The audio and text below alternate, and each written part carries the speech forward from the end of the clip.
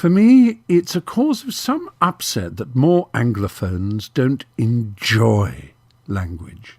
Music is enjoyable, it seems, so are dance and other athletic forms of movement. People seem to be able to find sensual and sensuous pleasure in almost anything but words these days.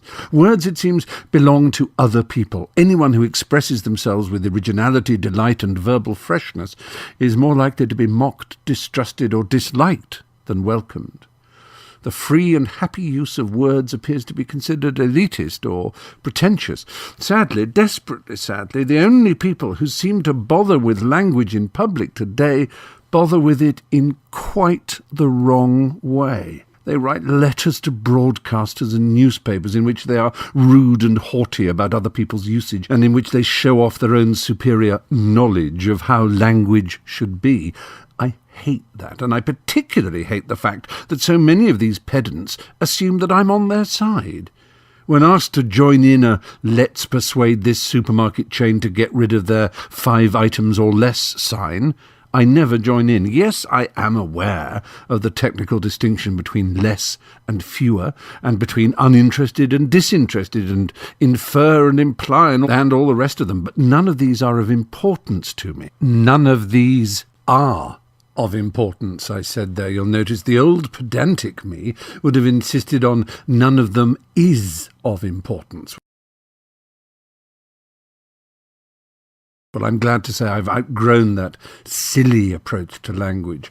Oscar Wilde, and there have been few greater and more complete lords of language in the past 1,000 years, once included with a manuscript he was delivering to his publishers a compliment slip in which he had scribbled the injunction, "I'll leave you to tidy up the woulds and shoulds, wills and shalls, that's and whiches, etc." Which gives us all encouragement to feel less guilty, don't you think? There are all kinds of pedants around, with more time to read and imitate Lynn Truss and John Humphreys than to write poems, love letters, novels and stories, it seems. They whip out their sharpies and take away and add apostrophes from public signs, shake their heads at prepositions which end sentences, and mutter at split infinitives and misspellings. But do they bubble and froth and slobber and cream with joy at language? Do they ever let the tripping of the tips of their tongues against the tops of their teeth transport them to giddy euphoric bliss? Do they ever yoke impossible words together for the sound sex of it? Do they use language to seduce, charm, excite, please, affirm and tickle those they talk to? Do they? I doubt it. They're too farting busy sneering at a greengrocer's less than perfect use of the apostrophe. Well, sod them to Hades. They think they're guardians of language. They're no more guardians of language than the Kennel Club is the guardian of dog kind. And the worst of this sorry bunch of semi-educated losers are those who seem to glory in being irritated by nouns becoming verbs. How dense and deft a language development do you have to be? If you don't like nouns becoming verbs, then for heaven's sake avoid Shakespeare, who made a doing word out of a thing word every chance he got.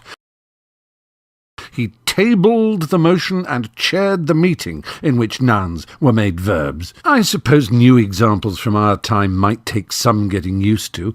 He actioned it that day, for instance, might strike some as a verbing too far, but we've been sanctioning, envisioning, propositioning and stationing for a long time, so why not actioning?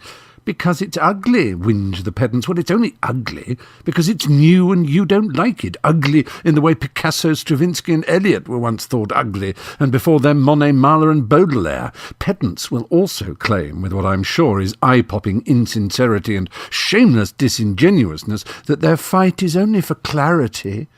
Well, this is all very well, but there's no doubt what, for example, 5 items or less means. Just as only a dolt can't tell from the context and from the age and education of the speaker whether disinterested is used in the proper sense of non-partisan or in the improper sense of uninterested. No, the claim to be defending language for the sake of clarity almost never ever holds water, nor does the idea that following grammatical rules in language demonstrates clarity of thought and intelligence of mind. Having said this, I admit that if you want to communicate well for the sake of passing an exam or job interview, then it's obvious that wildly original and excessively heterodox language could land you in the soup.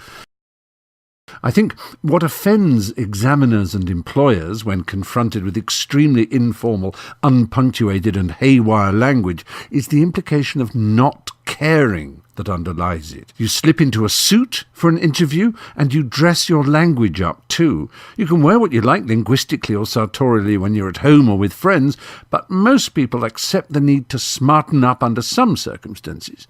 It's only considerate. But that's an issue of fitness, of suitability. It has nothing to do with correctness. There's no right language or wrong language any more than there are right or wrong clothes. Context, convention and circumstance are all. I can't deny that a small part of me still clings to a ghastly Radio 4 newspaper letter writer pedantry, but I fight against it in much the same way I try to fight against my gluttony, anger, selfishness and other vices.